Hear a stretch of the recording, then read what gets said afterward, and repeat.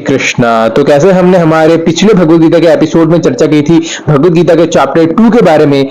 और जैसे कि मैंने पहले ही कहा था कि जो चैप्टर 1 है वो है सेटिंग ऑफ द सीन, मतलब सेटिंग ऑफ द सीन। अब भगवद गीता बोली जाने वाली है तो एक सीन सेट करना होगा। युद्ध का मैदान है, कुरुक्षेत्र की भूमि है, एक तरफ पांडव है, एक तरफ कौरव है, और अर्जुन डिप्रेशन से भगवान के शरण में जाता है। फिर भगवान जो भगवद गीता बोलना शुरू करता है वो है चैप्टर 2 से। तो भगवान चैप्टर 2 में मोटा मोटा बताते हैं कि पूरी भगवद गीता में क्या होने वाली है। तो चैप्टर 2 जो है वो है साइनॉप्सिस। तो चैप्टर 3 से शुरू होती है मेन भगवद गीता, और चैप्टर 3 से लेकर 17 तक होती है भगवद गीता, और जो चैप्टर 18 है वो है कंक्लूजन। तो पिछले भगवद गीता के एपिसोड में हमने चैप्टर 2 को कंप्लीट कर दिया था। इस एपिसोड में हम लोग चैप्टर 3 के बारे में चर्चा करने का प्रयास करेंगे। तो चैप्टर 3 के शुरुआत में ही भगवान ये बताते हैं कि हर व्यक्ति अपने अपने स्वभाव के अनुसार चलता है, अपने अपने स्वभाव के अनुसार कार्य करता है। हर व्यक्ति के स्वभाव होता है, और स्वभाव का 2 प्लेटफॉर्म होता है, एक है साइको और एक है फिजिकल।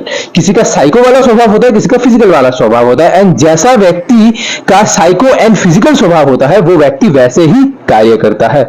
तो कुछ लोग बहुत फिजिकल होते हैं, जैसे दौड़ेंगे, उठाएंगे, उठा के पटकेंगे, जिम करेंगे, ये करेंगे, वो करेंगे। तो फिजिकली वो लोग बहुत फिट होते हैं, लेकिन साइकोलॉजिकली इतना ज्यादा साइकोलॉजिकली इतने ज्यादा डेवलप नहीं होते, लेकिन फिजिकली बहुत स्ट्रांग होते हैं। और बहुत लोग होते हैं कि जो लोग साइकोलॉजिकली बहुत ही ज्यादा डेवलप होते हैं, मोटा मोटा चश्मा है, बड़े बड़े किताबें पढ़ते हैं, वो लोग इंटेलेक्चुअली बहुत ही ज्यादा स्मार्ट होते हैं, लेकिन फिजिकली थोड़ा हल्के फुल्के होते हैं। तो कुछ लोग साइकोलॉजिकली बहुत ही ज्यादा शक्तिशाली होते हैं और कुछ लोग फिजिकली बहुत ही ज्यादा शक्तिशाली होते हैं। तो भगवान कहते हैं सबका अपना अपना साइको और फिजिकल नेचर होता है, और सब अपने अपने स्वभाव के अनुसार कार्य करते हैं। तो अब अर्जुन यहाँ पर यह भी पूछ सकते हैं कि अच्छा, तो सब लोग अपने स्वभाव के अनुसार कार्य करते हैं, तो अगर किसी का स्वभाव उल्टा फुल्टा भी तो हो सकता है ना। किसी का स्वभाव उल्टा फुल्टा भी हो सकता है। अगर उसके हार्डवेयर और सॉफ्टवेयर में थोड़ी दिक्कत हो, कुछ गड़बड़ रहा, तो अगर वो उल्टा फुल्टा उसका स्वभाव है तो वो क्या उल्टा फुल्टा कार्य करेगा? तो जिसका उल्टा फुल्टा स्वभाव है वो क्या करेगा? तो भगवान कहते हैं हाँ, ऐसा हो सकता है कि किसी का स्वभाव उल्टा फुल्टा है, लेफ्ट राइट है, उल्टे सीधे स्वभाव है, लेकिन भगवान कहते हैं कि जो अपने इस उल्टे सीधे स्वभाव को एंटरटेन करता है वैसे व्यक्ति को मिथ्याचारी कहता है। लेकिन जो अपने इस उल्टे सीधे स्वभाव के साथ स्ट्रगल करता है कि हाँ ऐसे कुछ उल्टे सीधे स्वभाव है, उसके पिछले के कुछ संस्कार है, लेकिन उसके साथ स्ट्रगल कर रहा है, वो कचोटता भी है, कभी कभी गलत कार्य कर भी देता है, कुछ लेफ्ट राइट स्वभाव है ना, पहले के वो हैबिट्स इकट्ठे किए हुए हैं, पहले के संस्कार इकट्ठे किए हुए हैं, तो कभी कभी इंद्रिय तृप्ति में भी गिर जाते हैं वो, लेकिन अपने आप को कचोटता है, यार क्यों, क्या यार, एक नंबर का गधा हूं मैं, क्यों क्या। तो ऐसा होता है कभी कभी इंद्रिय तृप्ति में गिर जाते हैं, कुछ गलत काम कर देता है, लेकिन जो अपने आप को कचोटता है, जो इसके साथ स्ट्रगल करता है, जो आत्मग्लानि करता है, जो पश्चाताप करता है, जो गिल्ट फील करता है, वैसे व्यक्ति को मिथ्याचारी या पाखंडी नहीं बोलते। भगवान कहते हैं पाखंडी किसको बोलते हैं? पाखंडी उसको बोलते हैं जो उस गलत स्वभाव में रमता है, जो उस गलत स्वभाव को एंटरटेन करता है, अपने उल्टे सीधे स्वभाव में जो रम जाता है। मौका देखा रम गया, मौका देखा रम गया, और गिल्ट भी नहीं है, बिल्कुल गिल्ट नहीं है। अरे कर दिया क्या हो गया यार, शरीर की कुछ आवश्यकताएं होती है, कर दिया हमने, क्या हो गया उसमें। तो ऐसे व्यक्ति को पाखंडी कहते हैं जो अपने गलत स्वभाव में रमता है। एक्चुअली ये गिल्ट है ना, ये गिल्ट किसको आता है? कुछ गलत कार्य करने के बाद गिल्ट उसको ही आता है जिसका हृदय साफ है, जिसका हार्ट प्योर है, उसको ही गिल्ट आता है। जिसका हार्ट प्योर नहीं है, जिसका हार्ट में गंदगी भरी हुई है, जिसके मन में सिर्फ उल्टे सीधे ख्याल आते हैं, उनका हृदय साफ नहीं होता, इसलिए उनको गिल्ट भी नहीं आता। कुछ उल्टे सीधे कर दिया यार, क्या हो गया, क्या हो गया, कर दिया। फिजिकल नीड्स होती है लोगों की, क्या हो गया, कुछ ऐसा वैसा कर दिया तो क्या हो गया, तो उनको गिल्ट नहीं आता। क्यों? क्योंकि उनका हृदय साफ नहीं है। गिल्ट उनको ही आता है जिनका हृदय साफ है। तो भगवान कहते हैं कि जो अपने इस उल्टे सीधे स्वभाव को एंटरटेन करता है और बार बार उस स्वभाव में रमता है, उस व्यक्ति को मिथ्याचारी और पाखंडी कहते हैं। तो भगवान कहते हैं कि हालांकि किसी के उल्टे फुल्टे स्वभाव है, तो अब जिसके उल्टे फुल्टे स्वभाव है उसके जीवन में आध्यात्मिक प्राप्ति कैसी हो। तो भगवान कहते हैं अब जो उसका स्वभाव है उल्टा सीधा, अब वो अपना स्वभाव तो छोड़ेगा नहीं अपना, तो वो क्या करे, वो कुछ ना कुछ देना शुरू करे, कुछ ना कुछ देना शुरू करे, क्योंकि स्वभाव तो उसके अंदर बसा है, स्वभाव तो देगा नहीं वो अपना, तो वो क्या करे, कुछ ना कुछ देना शुरू करे। किसमें दे? यज्ञ में देना शुरू करे। अच्छा, यज्ञ में देगा तो क्या होगा, तो उसको सब कुछ मिलेगी। फिर वो क्या चाहिए, तेरा साइकोफिजिकल नेचर है, मुझे ये भी चाहिए, वो भी चाहिए, ये भी चाहिए, वो भी चाहिए, तो तुम दो। कहां पर? तो यज्ञ में दो। जब वो यज्ञ में देगा तो उसको कुछ ना कुछ मिलना शुरू होगा। अब कर्म योग में, क्योंकि ये चैप्टर 3 है, इसे कहते हैं कर्म योग। अब कर्म योग में अच्छी बात क्या है कि व्यक्ति देना सीखता है और उसे शास्त्र में श्रद्धा बढ़ती है। तो व्यक्ति के शास्त्र में श्रद्धा आती है कर्मयोग के अनुसार, क्योंकि जो भी कुछ वो यज्ञ में देता है वो शास्त्रों के रूल्स एंड रेगुलेशंस के द्वारा ही, शास्त्रों के अनुसार ही वो करता है, तो शास्त्रों में श्रद्धा आता है। थोड़ा फल खुद भी रखेगा, थोड़ा फल प्रभु को भी देगा, सारे थोड़े दे दूंगा मैं प्रभु आपको, कुछ आप भी लो, कुछ मैं भी रखूंगा, आपको मैं 30% दूंगा, मैं 70% रखूंगा, तो कुछ आप भी लो, तो कुछ ना कुछ वो देना शुरू करता है भगवान को। तो ये सारे फल दे दूंगा क्या मैं आपको भगवान? थोड़ा मैं भी तो खाऊंगा, सारे फल आप खा जाओगे क्या? थोड़ा फ्रूट सलाद मैं भी तो खाऊंगा ना। तो कुछ फल वो भगवान को देगा, तो इसे कहते हैं सकाम कर्मी। तो सारे फल नहीं देता, कुछ फल देता है और करता वही है जो उसको पसंद है। कर्म योग में अच्छा बात क्या होता है कि वो व्यक्ति देना सीखता है। यज्ञ हवन करवाता है ताकि वो ऊपर के लोक में उसकी प्राप्ति हो जाए। पंडित जी कहते हैं निकालिए जी 1500 रुपए निकालिए। पंडित जी 1500 रुपए, अगले जीवन में जाना भी नहीं जाना है आपके ऊपर के लोगों में, जाना पंडित जी, लेकिन 1500 दूसरे के लिए 2000 में होता है, आपके लिए 1500 में कर रहा हूं मैं, निकालिए 1500 रुपए। अच्छा ओके ओके ठीक है। तो अपने हार्ड अर्न मनी जो उसने बहुत ही कठिनाइयों से उसने कमाई हुई है वो देता है वो। हालांकि स्वभाव उसका अपना रहता है, जो पसंद है वो वही करता है, लेकिन हार्ड अर्न मनी वो देना सीखता है ताकि उसको ऊपर के लोगों में प्राप्ति हो जाए, जो उसको चाहिए वो मिल जाए। यज्ञ में देना सीखता है। हालांकि ये थोड़ा लो क्लास फॉर्म है शास्त्र का कि ये करोगे तो वो मिलेगा, ये करोगे, निष्काम भाव में, ये सकाम भाव में चलता है। लेकिन अच्छी बात क्या है, वो देना सीखता है, क्योंकि इस कलयुग में सबको लेना आता है, देना किसी को नहीं आता।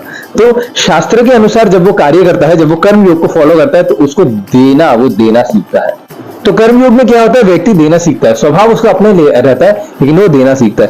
कर्मी व्यक्ति क्या होता है, सिर्फ वो लेना सीखता है, सिर्फ मैं, मेरी बीवी, मेरे बच्चे, मेरे घर, मेरा परिवार, मेरा खाना, मेरा जॉब, मेरा करियर, मेरा सब, सिर्फ लेना सीखता है, मुझे चाहिए मुझे चाहिए। लेकिन कर्मी योगी क्या करता है, कर्मी योगी देना सीखता है, कर्म योगी देना सीखता है। भगवान को थोड़ा देता है, भगवान को थोड़ा अपने पास भी रखता है, लेकिन देना सीखता है। सब कुछ नहीं देता, कुछ कुछ चीजें देता है, लेकिन कर्म वही करता है जो उसको पसंद है, लेकिन उसका जो फल मिलता है थोड़ा भगवान को भी अर्पित करता है, थोड़ा खुद भी रखता है। तो ये कर्म योग की अच्छी बात है। हालांकि कर्मी योगी क्या करता है, वो फ्यूचर की इन्वेस्टमेंट करता है कि अगला जन्म सुधर जाए मेरा, अगला जन्म में थोड़ा अच्छे घर में परिवार में जन्म हो जाए, थोड़ा स्वर्ग की प्राप्ति हो जाए, कि इस जीवन में तो हम निपट गए, हम बर्बाद हो गए, सब कुछ चला गया मेरा, हम तो कंगाल हो गए, अगला जन्म हालांकि सुधर जाए। तो इसलिए वो फ्यूचर इन्वेस्टमेंट करता है, लेकिन क्या होता है, वो देना सीखता है, क्योंकि इन्वेस्टमेंट में हमें देना पड़ता है ना, तभी तो रिटर्न ऑफ इन्वेस्टमेंट आएगा, ROI आएगा। तो कर्म योग के अंदर देने की जो एक्टिविटी है ना, दैट्स वेरी इंपॉर्टेंट। उसको पता चलता है कि अगर सुख प्राप्ति करना है ना, अगर सुख प्राप्ति तो त्याग से ही होती है, तो वो देना सीखता है। भगवान अब इसी देने के संदर्भ में आगे कहता है कि यज्ञ शिष्टाशिनाशंतो मुच्यन्ते सर्व विषय भुज्यन्ते ते त्वम अघम पापा ये पच्यन्ते आत्म कारणः। यहाँ पर भगवान कहते हैं कि भगवान के भक्त सारे प्रकार के पापों से मुक्त हो जाते हैं, क्योंकि वो यज्ञ में अर्पित किए हुए भोजन प्रसाद को ही ग्रहण करते हैं। अन्य लोग जो अपने इंद्रिय सुख के लिए भोजन बनाते हैं, वो सिर्फ और सिर्फ पाप खाते हैं। तो यानी कि हम जो कुछ भी खाने वाले हैं, वो खाना नहीं रहने वाला है। अगर वो यज्ञ में अर्पित भगवान को भोग लगेगा तो वो प्रसाद बन जाएगा, अगर हम उसे बिना भोग लगाया के खाएंगे तो वो पाप बन जाएगा। तो खाना कभी नहीं रहने वाला। अगर कोई ये सोचे कि मैंने पाप खाऊंगा, मैंने प्रसाद खाऊंगा, मैं सिर्फ खाना खाऊंगा, नहीं जी, ऐसा नहीं होने वाला। अगर आपने वो यज्ञ में अर्पित किया है तो आप प्रसाद खाएंगे, भगवान का प्रसाद भोग लगाया हुआ। अगर आपने उसे यज्ञ में अर्पित नहीं किया, भगवान को भोग नहीं लगाया, तो आप पाप खाएंगे। तो खाना कभी रहने वाला है नहीं, या तो वो पाप बन जाएगा या तो वो प्रसाद बन जाएगा। प्रसाद की महिमा बताई जा रही है, क्योंकि यज्ञ में अर्पित करके जो हम प्रसाद पाते हैं उससे हमें भगवान की कृपा मिलती है। तो क्योंकि कर्म योग में यज्ञ के बारे में ज्यादा बताया गया है कि अगर आप दोगे तो आपको मिलेगा। इवन अगर किसी को भौतिक समृद्धि भी चाहिए, बहुत मेटेरियल प्रॉस्पेरिटी भी चाहिए, तो उसको कुछ ना कुछ देना पड़ेगा, यज्ञ करना पड़ेगा। तो यज्ञ तो करना आवश्यक है। तो इसलिए अगर हम भगवान को भोग लगाकर खाते हैं तो वो प्रसाद बनता है, अगर हम बिना भोग लगाए खाते हैं तो वो पाप बन जाता है। और श्रील प्रभुपाद पदपाठ में कहते हैं कि अगर कोई एक बार भी भगवान का प्रसाद ग्रहण कर लेता है तो उसको भगवान की अपार कृपा प्राप्त हो जाती है। प्रसाद का मतलब ही यह है, प्रसाद, प्रभु के साक्षात दर्शन। प्रसाद, तो अगर हम प्रसाद पाएंगे तो हमें प्रभु के साक्षात दर्शन प्राप्त होगी। अब क्या होता है ना, हम जब भगवान को भोग नहीं लगाकर खाते हैं तो वो पाप क्यों काउंट होता है? ऐसा क्यों होता है कि उसे पाप कहा जाता है? जब भगवान को भोग लगाते हैं तो पाप नहीं होता, और जब हम भगवान को भोग नहीं लगाते तब वो पाप काउंट हो जाता है। पहला कारण तो यह है कि इस जगत में जो कुछ भी उग रहा है वो सब भगवान की संपत्ति है। तो जिसकी संपत्ति है, अगर हम उसको नहीं देकर खाएंगे, अगर हम उसको नहीं भोग लगाकर, नहीं अर्पित करके खाएंगे तो हम पाप खाएंगे, क्योंकि जिसका है हमने उसको ही ऑफर नहीं किया और खुद खा गए, तो हम पापी तो खाएंगे ना। अगर मैं किसी के घर में जाके कुछ लेके आ जाऊं, क्योंकि लेकिन वो चीज मेरा है नहीं, लेकिन मैं उसे लेके आ गया तो मैं चोर कहलाऊंगा। उसी प्रकार जब मैं भगवान की संपत्ति से ही कुछ उठाकर मैं खा लेता हूं, कुछ लेकर मैं खा लेता हूं बिना भगवान को अर्पित किए ही, तब वो पाप काउंट हो जाता है, वो प्रसाद नहीं काउंट होता। और दूसरा कारण क्या है कि जब हम खाना बनाते हैं या कुकिंग करते हैं तो 5 प्रकार के पाप हमसे होते हैं। पहला है वो है ओखली। मान लो मैंने कुछ मसाले लिए और उसको मैंने कूटना शुरू किया, हैया हैया ढूंढाम करके मैंने उसको कूटा। तो जब मैं उसको कूटता हूं तब कुछ ना कुछ जो जीवाणु होते, कीटाणु होते, वो मरते हैं। वो भी तो लिविंग एंटिटीज होते हैं ना, वो भी तो बैक्टीरिया, वो भी तो लिविंग एंटिटीज होते हैं। तो क्योंकि वो मरते हैं, हमारे भरण पोषण के लिए वो मरते हैं, हमारे मसाले कूट के हम वो मसाले को अभी सब्जी में डालेंगे तो उसके लिए वो मरते हैं, तो ये पाप हमें लगता है। और जब उस मसाले को लेकर हम सिलबट्टे के ऊपर चटनी बनाते हैं, चटनी बनाने के समय भी कुछ जीवाणु कीटाणु मरते हैं, तब भी उनके पाप हमें लगता है। और जब हम उस मसाले को लेकर या फिर जब हम स्टोव ऑन करते हैं, गैस हीट करते हैं, गैस जलाते हैं, तो आसपास में जितने भी सारे कीटाणु है या जीवाणु है, बैक्टीरिया है या कोई भी कीड़े मकोड़े हैं, वो भी जलते हैं, वो भी मरते हैं। तो ये तीसरा पाप हो गया। और चौथा क्या है, जब बनाने के बाद जब हम साफ सफाई करते हैं, झाड़ू पोछा करते हैं, झाड़ू मारते हैं, तो तब भी कुछ ना कुछ कॉकरोच वॉकरोच वो सब मरते हैं, कुछ ना कुछ चीटी वीटी वो सब भी मरते हैं।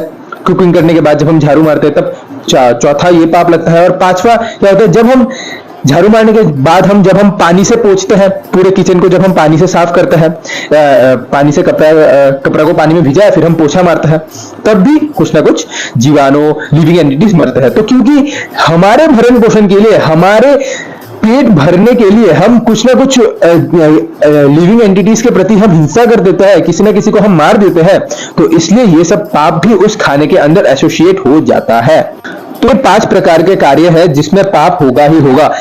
आपके भरण पोषण के लिए, हमारे भरण पोषण के लिए हमने कुछ प्राणियों के साथ हिंसा कर दी, इसलिए बिना भगवान को भोग लगाए ये जो पाप एसोसिएट हो जाता है खाने के साथ, तो इसलिए जब हम खाते हैं उस खाने को बिना भगवान को भोग लगाए तो वो पाप काउंट होता है। पहली बात संपत्ति है, उनको हमने दिया नहीं, ऐसे ही हमने खा लिया। और दूसरी बात, जब हम कुकिंग करते हैं तब हम दूसरे जीवों के प्रति हिंसा भी कर लेते हैं, तो इसलिए पाप तो एसोसिएट हो जाता है उस खाने के साथ। तो जब हम उस खाने को भगवान को अर्पित करते हैं तो उसमें जो भी पाप है वो सारे पाप भगवान काट देते हैं और प्रसाद के रूप में हमें वो वापस मिलता है। वो खाना जब हम देते हैं, जाता है भोग, आता है प्रसाद, वो प्रसाद के रूप में हमें मिलता है। और जब हम वो प्रसाद पाते हैं तब बिना किसी पाप किए हुए, बिना किसी पाप एसोसिएट हुए वो भोजन हम ग्रहण करते हैं, तो हमें पाप नहीं लगता। तो अक्सर क्या होता है ना, अक्सर जब हम भोग लगाते हैं तो हम देखते हैं कि जैसे हमने प्लेट में सजा कर दिया था एकदम एग्जैक्टली वैसे ही रिटर्न आ जाता है। हमने 3 चपाती दी, 3 चपाती वापस आ गई, 1 कटोरी दाल दी, 1 कटोरी दाल वापस आ गई, 1 कटोरी खीर दिया, 1 कटोरी खीर वापस आ गया, थोड़ी सब्जी दी, वो सब्जी भी वापस आ गई। तो लेकिन भोग का मतलब ये होना चाहिए ना कि हमने भगवान को पाने के लिए दिया। मान लो कि हमने 3 चपाती दी, 2 चपाती भगवान ने खा ली, 1 चपाती रिटर्न आ गई। हमने 1 कटोरी दाल दिया, आधी दाल भगवान ने खा ली, आधी दाल रिटर्न आ गई। हमने थोड़ी सब्जी दी, भगवान ने थोड़ी सब्जी खा ली, थोड़ी रिटर्न आ गई। ऐसा होना चाहिए ना भोग। लेकिन हम लोग जैसे देते हैं as it is, exactly same जैसे हम भगवान को भोग लगाते हैं, सेम टू सेम रिटर्न आ जाता है। तो ये भोग काउंट कैसे होता है? भगवान पाते भी है या नहीं? कि कुछ कम तो होता नहीं है प्लेट में, जैसे हमने दिया था वैसे ही। अगर हमने 250 ग्राम खाना दिया तो 250 ग्राम खाना ही वापस आता है, कुछ कम तो होता नहीं है। तो क्या भगवान पाते हैं कि नहीं पाते? तो हम भोग लगाते हैं, वो तो एज इट इज वापस आ जाता है। तो भगवान ने खाया, इसका क्या सबूत है? तो बहुत दिवाली होती है तो हम एक दूसरे के घर जाते हैं। तो मिसेस कुमार है वो मिसेस कपूर के घर जाती है, तो मिसेस कुमार डब्बे के अंदर लड्डू वड्डू डालकर लेके जाती है और मिसेस कपूर को देते हैं। Mrs Kapoor, happy Diwali Mrs Kapoor. और मिसेस कपूर क्या करती है, उस डब्बे को लेती है, किचन में लेके जाती है, उसको पलटती है, उसके अंदर फिर रसगुल्ला डालकर, जलेबी डालकर उस डब्बे को बंद करके मिसेस कुमार को दे देती है, हैप्पी दिवाली मिसेस कुमार। तो मिसेस कुमार वो जो डिब्बा है वो अपने घर लेके जाती है। अब बाहर में जो सिक्योरिटी गार्ड है, जो घर के बाहर जो सिक्योरिटी गार्ड है, वो तो यही देखेगा ना कि जब मिसेस कुमार मिसेस कपूर के घर गई तब भी उनके हाथ में यही डिब्बा था, और जब वो बाहर आई तब भी उनके हाथ में यही डिब्बा था। तो डिब्बा तो सेम है, हालांकि डिब्बा सेम है लेकिन डिब्बे के अंदर का जो कंटेंट है वो चेंज हो गया है। उसी प्रकार से जब कोई व्यक्ति बाहर से देखता है कि हमने जैसे भोग लगाया वही भोग गया है, वापस से वही सेम ही खाना आया है, सेम ही खाना खाया, तो चेंज क्या हुआ? हालांकि खाना सेम ही है लेकिन अंदर का जो कंटेंट है, उस खाने के अंदर का जो कंटेंट है वो चेंज हो गया है। जाता ही है भोग, आती है प्रसाद, जाता है सेवा, आती है कृपा। तो बाहर का पैकेजिंग भले ही सेम रहे लेकिन अंदर का जो कंटेंट है वो चेंज हो जाता है। और अगर भगवान खाना शुरू कर देना, मान लो हमने 3 चपाती दी, 2 चपाती भगवान खा गए, 1 चपाती हमको रिटर्न मिल गई ना, अगर भगवान किसी दिन खाना शुरू कर देना, हम भोग लगाना बंद कर देंगे, भोग लगाना बंद कर देंगे। अरे ये भगवान तो सब कुछ खा जाते हैं, हम क्या खाएंगे? तो हम भोग लगाना बंद कर देंगे। तो भगवान इतने दयालु है, भगवान सिर्फ अपने कृपा दृष्टि से, अपने सिर्फ नेत्रों से बस उस खाने को देखता है और वहीं से वो भोग को स्वीकार कर लेता है। इतने कृपालु है भगवान। तो इसलिए भगवान को भोग लगाकर तो हमें खाना चाहिए। तो भगवान बताते हैं कि इस प्रकार से सबको अपनी अपनी ड्यूटी निभानी चाहिए, जिसका जिसका अपना अपना साइकोफिजिकल नेचर है उसको उसी प्रकार से कार्य करना चाहिए। तो अब अर्जुन पूछ, अच्छा सब करते हैं, क्या आप करते हो क्या? तो भगवान कहते हैं यज्ञत आचरति श्रेष्ठा तत्तत एव तरोजना सा परम कुरुते लोकस्तत् अनुवर्तते। हाँ मैं भी करता हूँ, बिल्कुल मैं भी करता हूँ। तो भगवान कहता है हालांकि मेरी कोई ड्यूटी वगैरह नहीं है, मेरी कोई जिम्मेदारी वगैरह नहीं है, मैं ईश्वर हूं ना, मैं भगवान हूं ना, लेकिन मैं भी अपनी ड्यूटी करता हूँ, मैं भी अपनी जिम्मेदारी निभाता हूँ। क्योंकि अगर मैं अपनी ड्यूटी से भटक गया तो जो सामान्य लोग हैं वो कहेंगे अरे कृष्ण भगवान भी अपनी ड्यूटी से भटक गए, तो हम भी भटक गए, तो क्या हो गया इसमें? तो इसलिए भगवान कहते हैं मैं भी जिम्मेदारियां निभाता हूँ, मैं भी कुछ ना कुछ करता हूँ, ताकि ये एक आदर्श प्रस्तुत हो कि भगवान भी करते हैं ना तो तुम भी करो। हालांकि मेरी कोई जिम्मेदारी है नहीं, मेरी कोई ड्यूटी है नहीं, क्योंकि मैं ईश्वर हूं ना, लेकिन फिर भी मैं भी अपनी ड्यूटियां निभाता हूं। तो इसलिए मेरे को भी जो मेंटेनेंस वो सब मिला हुआ है, पालन पोषण करना, भरण पोषण करना, वो भी मैं भी करता हूँ। तो अब अर्जुन कह सकते हैं इन भगवान आप तो रासलीला भी करते हैं, आप तो आपकी तो इतनी सारी गोपियां हैं और आपकी तो 16,108 पत्नियां भी है। हालांकि एक आदर्श व्यक्ति की एक पत्नियां होनी चाहिए, लेकिन आपकी तो 16,108 पत्नियां हैं। तो भगवान कहते हैं देखिए अब मेरा इंडिपेंडेंट नेचर भी तो है ना, हालांकि ये दिखाना है कि मैं भगवान हूँ।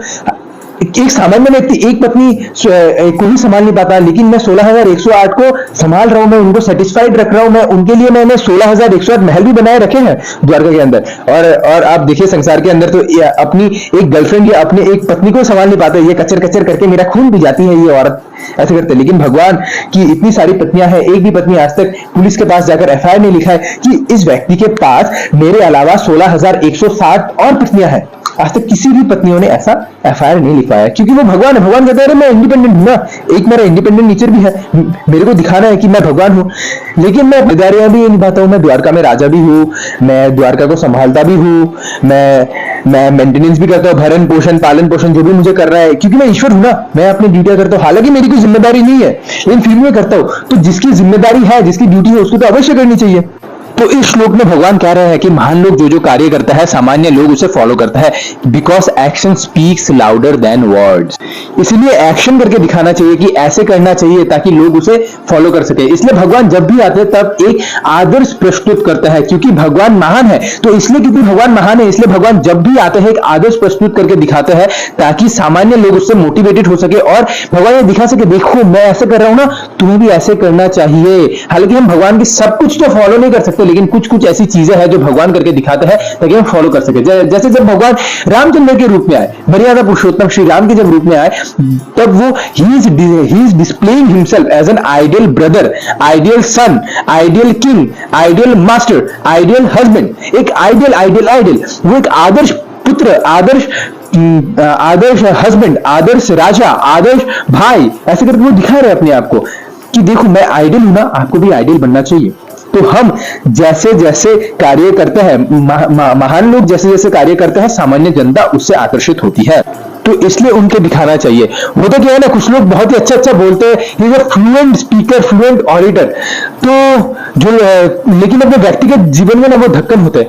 तो जो लोग बाहर से देखते हैं वो लोग बोले वाह क्या बोले यार, कितना बढ़िया उन्हें लेक्चर दिया, लेकिन जब नजदीक जाते हैं ना तब डिसअपॉइंट हो जाते हैं, अरे ये तो वैसा नहीं है जैसा वो बोलता था, ये तो सुबह उठते भी नहीं है, कुछ भी खा लेते हैं, ये तो उल्टे सीधे बातें भी कर लेते हैं, ये तो स्त्रियों के साथ इतने घुलते मिलते भी है और स्त्रियों से भक्ति वाली बातें नहीं करते, वो वाली बातें नहीं करते हैं। अच्छा, तो डिसअपॉइंट हो जाता है। तो इसलिए जब हमारा आचरण सही नहीं होता ना, तब लोग डिमोटिवेट हो जाते हैं, उनकी श्रद्धा खराब हो जाती है। तो इसलिए बड़ी बड़ी बातें बोलने से अच्छा है छोटी छोटी बातों का पालन करना, ये ज्यादा जरूरी है भक्ति में, कि हम बड़ी बड़ी बातें ज्यादा ना बोले, और अगर हम बोले भी तो वही बोले जो हम खुद पालन कर रहे हैं। अगर हम खुद पालन नहीं कर रहे हैं और अगर हम वो बोल रहे हैं, तो जब कोई हमें नजदीक से दिखेगा ना, तब उसकी श्रद्धा खराब हो जाएगी।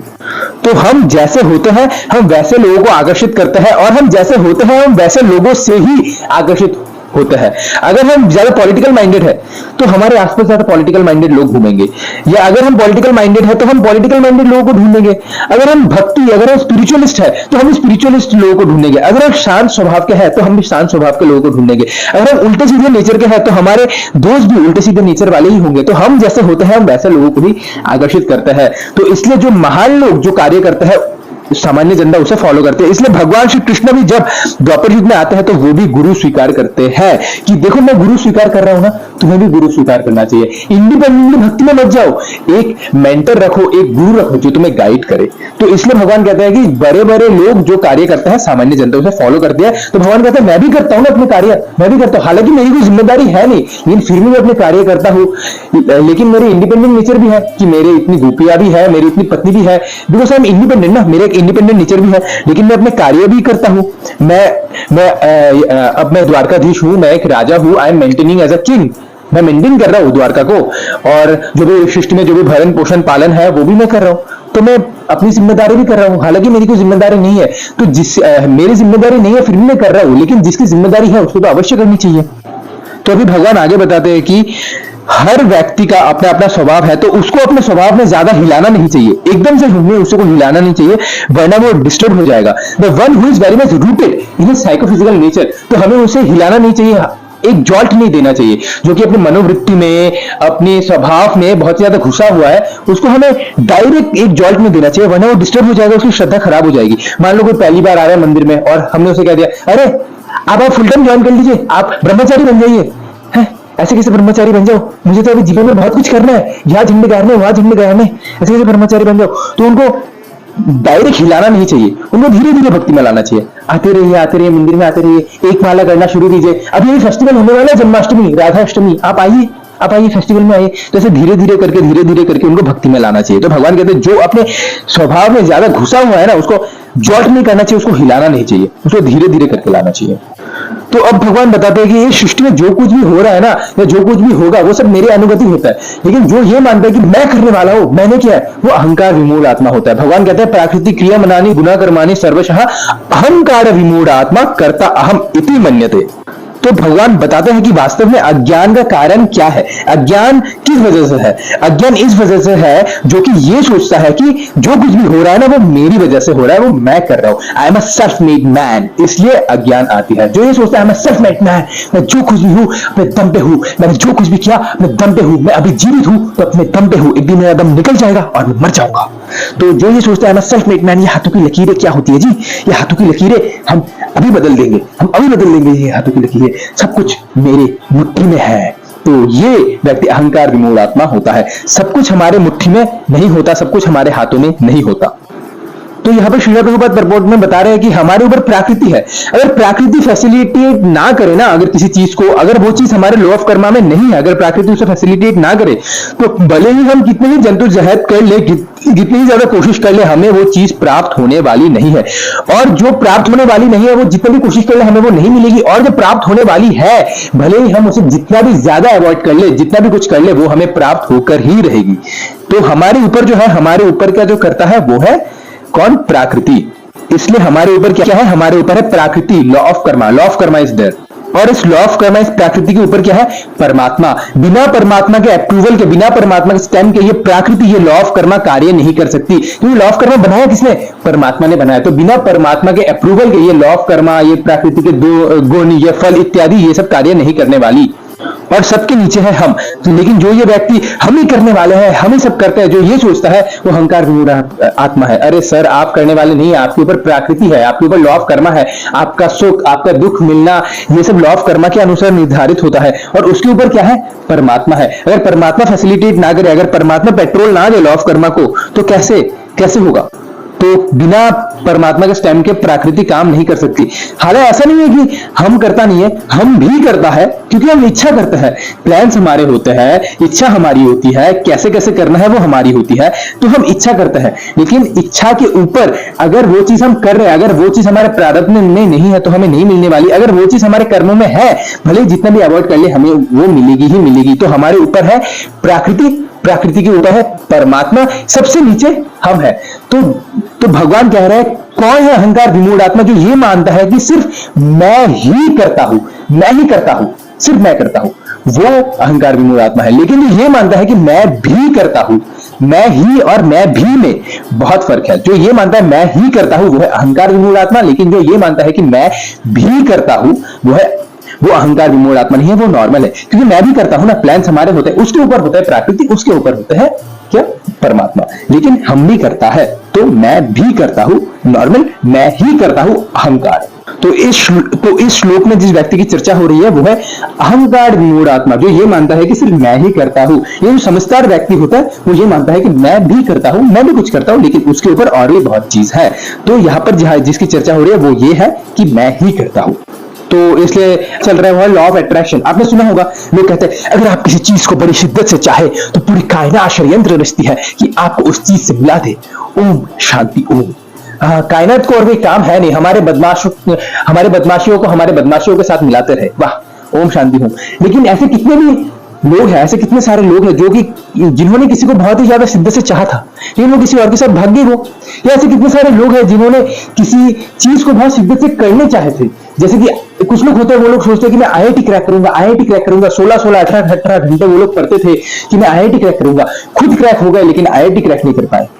तो ये जो लॉ ऑफ अट्रैक्शन, किसी चीज को शिद्दत से चाहे लेकिन वो चीज हमारे कर्मों में नहीं लिखी हुई है तो आपको वो प्राप्त होने वाली नहीं है। लेकिन जो कर्मों में लिखी हुई है, भले उसे कितना भी अवॉइड कर ले, वो आएगी ही आएगी। जैसे कोविड-19 के समय सबने अपनी खिड़कियां बंद कर ली, दरवाजे बंद कर ली, अपने आप को क्वारंटाइन कर लिया कि हमें कोविड ना हो, कोविड ना हो। पता नहीं कहां से कौन सी हवा आई, परिवार के सारे मेंबर को कोविड हो गया और उनमें से 3 लोग गुजर भी गए। तो इसलिए जो चीज हमारे कर्मों में है वो तो आएगी आएगी, और जो चीज हमारे कर्मों में नहीं है वो भले कितना भी कोशिश कर ले वो नहीं मिलने वाली। तो ये जो लॉ ऑफ अट्रैक्शन है ना, ये लॉ ऑफ अट्रैक्शन एक चाइल्डिश फिनोमिनन है। जैसे बच्चे होते हैं ना, बच्चे कहते हैं मम्मी मुझे ये चीज बहुत अच्छी लगती है, मुझे ये चीज चाहिए, मुझे वो चीज बहुत अच्छा लगता है, वो चीज मुझे पसंद है। ये लॉ ऑफ अट्रैक्शन है, ये चाइल्डिश फिनोमिनन। ये अच्छी लगती है, ये पसंद है, वो चाहिए, चाइल्डिश फिनोमिनन। लेकिन लॉ ऑफ अट्रैक्शन के जो ऊपर है वो है लॉ ऑफ लव। तो आजकल एक बहुत ही चाहे सफलता मिले या विफलता मिले, लेकिन मैं करना नहीं छोड़ूंगा। That is law of love. तो इसलिए भगवान गीता में कह रहे हैं ना, सुख और दुख के परे जाओ, लाभ हानि के परे जाओ, यश अपयश के परे जाओ। वो है लॉ ऑफ लव। अगर हम लाभ हानि में फंस जाएंगे ना तो वो अट्रैक्शन है। अगर हम सुख और दुख में फंस जाएंगे ना तो वो अट्रैक्शन है कि मुझे सुख नहीं मिला, मुझे दुख मिल गया, अट्रैक्शन। मुझे दुख नहीं मिला, मुझे सुख मिल गया, अट्रैक्शन। तो अगर हम इसमें फंस जाएंगे ना तो हम आगे नहीं बढ़ पाएंगे। तो इसलिए भगवान कहते हैं कि लाभ हानि के परे जाओ, सुख और दुख के परे जाओ। तो law of love is more important. तो इसलिए भगवान कहता है कि जो ये मानता है कि मैं ही करता हूं वो है अहंकार विमूढ़ आत्मा। तो अभी भगवान आगे जाते हैं। तो अभी भगवान कहता है मयि सर्वाणि कर्माणि संन्यासाध्यात्मना चेतसा निरासिर निर्मनो भूत्वा युद्धस्व विगता जीवरा। भगवान कहता है हे अर्जुन, अपने सारे कार्यों को मुझ में समर्पित करके मेरे पूर्ण ज्ञान से युक्त होकर लाभ की आकांक्षा से रहित, स्वामित्व की भावना के किसी दावे के बिना तथा आलस्य से रहित होकर युद्ध करो। तो अब इस श्लोक में ना सीक्वेंस बहुत अच्छा है। भगवान कहता है अर्जुन, अपने सारे कार्यों को मुझ में समर्पित करो। अच्छा, आप में समर्पित कैसे कर पाएंगे? मेरे पूर्ण ज्ञान में युक्त होकर। जब तुम मेरे पूर्ण ज्ञान में युक्त हो जाओगे ना, तब तुम अपने सारे कार्यों को मुझ पे समर्पित कर पाओगे। तो जब हम जानते हैं कि भगवान कितने महान है, भगवान कितने बड़े हैं, भगवान कितने दयालु है, अरे तब हम अपने आप को भगवान को समर्पित कर पाते हैं। जब हम ये जान पाते हैं कि भगवान के, जब हम पूर्ण ज्ञान से युक्त हो पाते हैं तब हम भगवान को अपने आप पर समर्पित कर पाते हैं। तो लेकिन ये मैं कब नहीं कर पाऊंगा? मुझे किस चीज़ में फंसना नहीं है। अगर मैं इस चीज़ में फंसूंगा तो मैं ये नहीं कर पाऊंगा। तो किस चीज़ में मुझे फंसना नहीं है? लाभ की आकांक्षा। जब लाभ की आकांक्षा होगी ना तब हम भगवान को समर्पित नहीं कर पाएंगे। भगवान को समर्पित करने से क्या होगा? मेरा क्या फायदा है इसमें? क्या मुझे जॉब मिल जाएगी भगवान को समर्पित करने से? क्या मुझे खाना मिल जाएगा भगवान को समर्पित करने से? ये जो हरे कृष्णा कर रहे हो ये तुमको खाने देगा क्या? ये तुमको खाना देगा? तो लाभ की आकांक्षा, तब हम भगवान को समर्पित नहीं कर पाएंगे। दूसरा क्या है? स्वामित्व की भावना। तो स्वामित्व की किसी दावे के बिना, ये तो मेरा होना चाहिए, ये तो मेरा है, ये तो मैं लेके ही जाऊंगा। तो स्वामित्व की दावा। तो पहला है हम भगवान के प्रति समर्पित नहीं कर पाते। अरे ये मेरा है, ये घर मेरा है, ये बच्चे मेरी है, ये बीवी मेरी है, ये बच्चे मेरा है, ये मेरा है। अगर मैं भगवान को समर्पित हो जाऊंगा तो ये सबको कौन देगा? कौन देगा इन सबको? तो ये स्वामित्व की भावना की वजह से हम भगवान को समर्पित नहीं हो पाते। और तीसरा क्या है? बिना आलस्य। आलस्य भी जो है वो भी हमें भगवान को समर्पित करने से रोकती है। अभी कौन जाएगा, बाद में समर्पित कर लेंगे यार, अभी तो पूरी लाइफ बाकी है। तो आलस्य है। तो इसलिए हम आलस्य की वजह से भी हम भगवान को समर्पित नहीं हो पाते। अच्छा, तो पहला क्या है? वो है लाभ की आकांक्षा। अच्छा, लाभ की आकांक्षा किससे आती है? स्वामित्व की भावना से कि ये मेरा है तभी तो मुझे लाभ मिलेगा। अच्छा, अगर स्वामित्व की भावना ना हो तो आलस्य आती है। अरे स्वामित्व है ही नहीं, कुछ है ही नहीं, मेरा कोई लाभ है ही नहीं, तो जाके क्या करूं यार, आलस्य, तब आलस्य आता है। तो ये 3 कारण है, अगर ये 3 हमारे अंदर होगी तो हम भगवान को समर्पित नहीं हो पाएंगे। पहला क्या है, लाभ की आकांक्षा, दूसरा क्या है, स्वामित्व की भावना, तीसरा क्या है, आलस्य। तो भगवान कहते हैं इन सबसे रहित होकर अर्जुन युद्ध करो, अपने मैदान में उतरो। ठीक है, अब अर्जुन आगे प्रश्न पूछते हैं कि भगवान मैं पाप नहीं करना चाहता लेकिन फिर भी मैं पाप क्यों कर बैठता हूं। तो यहां से जो शुरू होता है ना, इसके बारे में मैंने एक अलग सा वीडियो बना के रखा है जिसपे मैंने अच्छे से एक्सप्लेन किया है इन 4-5 श्लोकों को कि जब अर्जुन पूछते कि मैं पाप नहीं करना चाहता लेकिन फिर भी मैं पाप कर बैठता हूं। इसका एक अलग सा वीडियो है जो आपको आई बटन में ऊपर दिख जाएगा, तो आप वहां क्लिक करके देख सकते हो। लेकिन फिर भी मैं यहां पर थोड़ा सा एक्सप्लेन कर देता हूं। तो अर्जुन पूछते हैं अत केन प्रयुक्तो यम पापम क्षेत्र पुरुषः अनिच्छम वापृशेह बलदिव नियोजता। अर्जुन पूछता है कि हे भगवान मैं पाप नहीं करना चाहता लेकिन फिर भी मैं पाप कर बैठता हूं। कोई मुझे बलपूर्वक पाप करवाता है, बलपूर्वक मुझे करना नहीं है लेकिन बलदिवा नियोजता, अपने बल के द्वारा मुझे वो पाप करवाता है। तब भगवान कहता है कि ये जो होता है ना, ये काम की वजह से होता है। काम एषा क्रोध एषा रजगुना समुद्भवा महाशोना महापात्मा विद्धेन इह वैरी नाम। ये जो काम है ना, काम को पेट्रोल कहाँ से मिलता है, रजोगुण से मिलता है। रजोगुण उसको पेट्रोल देता है और काम बढ़ते रहता है, रजोगुण उसको पेट्रोल भरता है और काम उसी प्रकार से उसको बढ़ते रहता है। काम को ताकत मिलती है। अगर काम पूरी ना हो तो फिर व्यक्ति तमोगुण में गिर जाता है। तो पहले वो रजोगुण में गिरता है, फिर रजोगुण से वो तमोगुण में गिरता है और फिर वो व्यक्ति वो कर चाहते हुए भी वो कार्य कर बैठता है जो वो नहीं करना चाहता है और वो कार्य नहीं कर पाता जो वो करना चाहता है, तो वो काम की वशीभूत हो जाता है। तो फिर अच्छा प्रभु, ये जो काम जो होती है, ये काम कितना है हमारे ऊपर, 1 किलो 2 किलो 10 किलो कितना होता है। तो भगवान कहते हैं देखो इसकी अलग अलग लेयर होती है। जैसे तुमने सुना होगा ना कि शीशे के ऊपर धूल जम गई और फिर धुएं ने आँख को घेर लिया और बच्चा माँ के गर्भ में है। तो इस प्रकार से काम की अलग अलग लेयर्स होती है, लेवल्स ऑफ लस्ट होती है। तो भगवान पहला लेयर बताते हैं। पहला लेयर क्या है, डस्ट इन द मिरर, कि शीशा जो है, शीशे में जब धूल जम जाती है ना तब हम अपने आप को देख नहीं पाते। क्यों? क्योंकि शीशे में धूल है। तो सबसे कमजोर लेयर वही है कि मान लो कि शीशे के ऊपर धूल है, तो धूल को तुम हाथ मारो या कपड़े से पोंछ दो, साफ हो गया। तब अब तुम अपने आप को आराम से देख सकते हो। दूसरा क्या होता है ना, जब है आग को धुएं के द्वारा ढक देना, जो आग का जो धुआं है वो आग को ढक देता है। तो उसी प्रकार हमारी कामुकता हमारे चेतना को ढक देती है। अब शीशा तो हम हाथ मार के साफ कर सकते हैं लेकिन धुएं को हाथ मार के साफ करना बहुत ही ज्यादा कठिन होता है। आपने हाथ पत मारा, हाथ पत हिलाया, धुआं गायब हो गया लेकिन फिर से आ गया, तो इसको साफ करना थोड़ा सा कठिन होता है। धुएं को साफ करना कठिन होता है। तो पहला कम लेयर है वो है शीशे के ऊपर धूल। दूसरा उससे थोड़ा थिक लेयर है वो क्या है, स्मोक ऑफ फायर, जो आग का जो धुआं है वो। और तीसरा जो कि बहुत ही ज्यादा थिक लेयर है वो है बच्चा माँ के गर्भ में। बच्चा एकदम हताश होता है माँ के गर्भ में। तो कुछ लोग कामुकता में इतने ज्यादा हताश हो जाते हैं कि मान लो जब भी भावना आई दौड़ पड़ते हैं उसको पूरा करने के लिए। कोई उसको समझा नहीं सकता, बुझा नहीं सकता, दौड़ पड़ते हैं। तो इस प्रकार से भगवान कहते हैं कि लस्ट की 3 लेवल्स होती है, 3 लेयर्स होती है, layers of lust, levels of lust. सबसे कम क्या है, डस्ट इन द मिरर, मतलब शीशे के ऊपर धूल। उससे थोड़ा थिक क्या है, धुआं वाला, धुएं से आग को ढक लेना। और उससे एकदम एक्सट्रीम थिक लेवल वाला क्या है, बच्चा माँ के गर्भ में। तो this are the different levels of lust. अब भगवान कहते हैं ये तो नित्य वैरी है। भगवान कहते हैं आवृतम ज्ञानम मेते ना ज्ञानिनो नित्य वैरी नाम काम रूपे न कौनते है दुष्पुरे न लीना चाहिए। ये नित्य वैरी है, मतलब अनादि काल से है। हम हर लाइफ के साथ, ये जितने भी सारे हम जीवन में थे, जितने भी सारे हमने बर्थ लिए, लाइफ आफ्टर लाइफ टाइम ये काम हमारे अंदर बैठा हुआ है। तो ये काम रहता कहाँ पर है?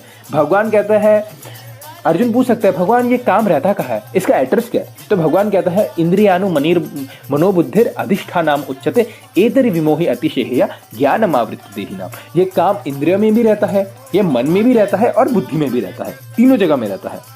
तो ये जो 3 है ना, इंद्रिय मन और बुद्धि, यहाँ पर काम बैठा हुआ है, एकदम डंका के चोट में बैठा है। ये बैठा हुआ है कि ये जो स्थान है ना, ये स्थान मेरा ही है। एकदम डंके की चोट में ये काम वासना बैठा हुआ है और ये नित्य वैरी है। ये अनादि काल से ये जीव आत्मा को ये ढक के रखा है, ये काम वासना। तो अब अर्जुन पूछते हैं कि भगवान इसको काटे कैसे, फिर इसको काटा कैसे जाता है? तो भगवान कहते हैं अब जो नित्य वैरी है वो तो बहुत ज्यादा शक्तिशाली होता है, तो इसको 3 लेवल में काटना होगा। इसको इंद्रिय के लेवल में भी काटना होगा, इसको मन के लेवल में भी काटना होगा और इसको बुद्धि के लेवल में भी काटना होगा। इन तीनों लेवल के ऊपर में जाके आत्मा आती है, लेकिन ये तीनों लेवल कंटामिनेटेड, तीनों लेवल के अंदर ही घुसा हुआ है वायरस लस्ट का। तो अच्छा भगवान, इसको इंद्रिय के लेवल में कैसे क्लियर करे? जो मेरी सेवा करता है ना तो लस्ट चला जाता है। अच्छा, तो फिर मन के लेवल में कैसे क्लियर करे? जो मेरा नाम लेता है ना तब चला जाता है। अच्छा, इसको बुद्धि के लेवल में कैसे क्लियर करे? जो दिव्य ज्ञान लेता है ना तब चला जाता है। अच्छा, तू क्या पहले के नीचे वाला होगा? नहीं नहीं नहीं, तीनों को एक साथ करना होगा। तीनों बैठे हुए ना एक साथ, तो तीनों को एक साथ करना होगा। तो ऐसा नहीं होगा कि पहले मैं इंद्रिय के लेवल में करूंगा, फिर मन के लेवल में करूंगा, फिर बुद्धि के लेवल में करूंगा। नहीं, तीनों को एक साथ करना होगा, तब जाके ये नित्य वैरी निपटता है। अच्छा, ऐसा होता है। तो इसलिए कहते हैं ना, धन शुद्ध होता है दान से, मन शुद्ध होता है भगवान के नाम से, बुद्धि शुद्ध होती है दिव्य ज्ञान से, और इंद्रिय शुद्ध होती है भगवान की सेवा करके। तो इसलिए जब हम सेवा करते हैं, जब हम नाम लेते हैं, जब हम दिव्य ज्ञान प्राप्त करते हैं ना, तब हमारे अंदर का जो काम वासनाएं हैं वो दूर हो जाता है।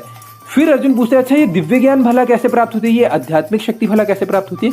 तब यहाँ पर चैप्टर 3 खत्म हो जाती है और भगवान घुसते हैं चैप्टर 4 के अंदर। चैप्टर 4 का नाम क्या है? दिव्य ज्ञान।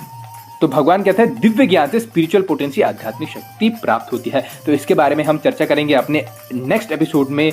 हरे Krishna. Thank you very much for watching.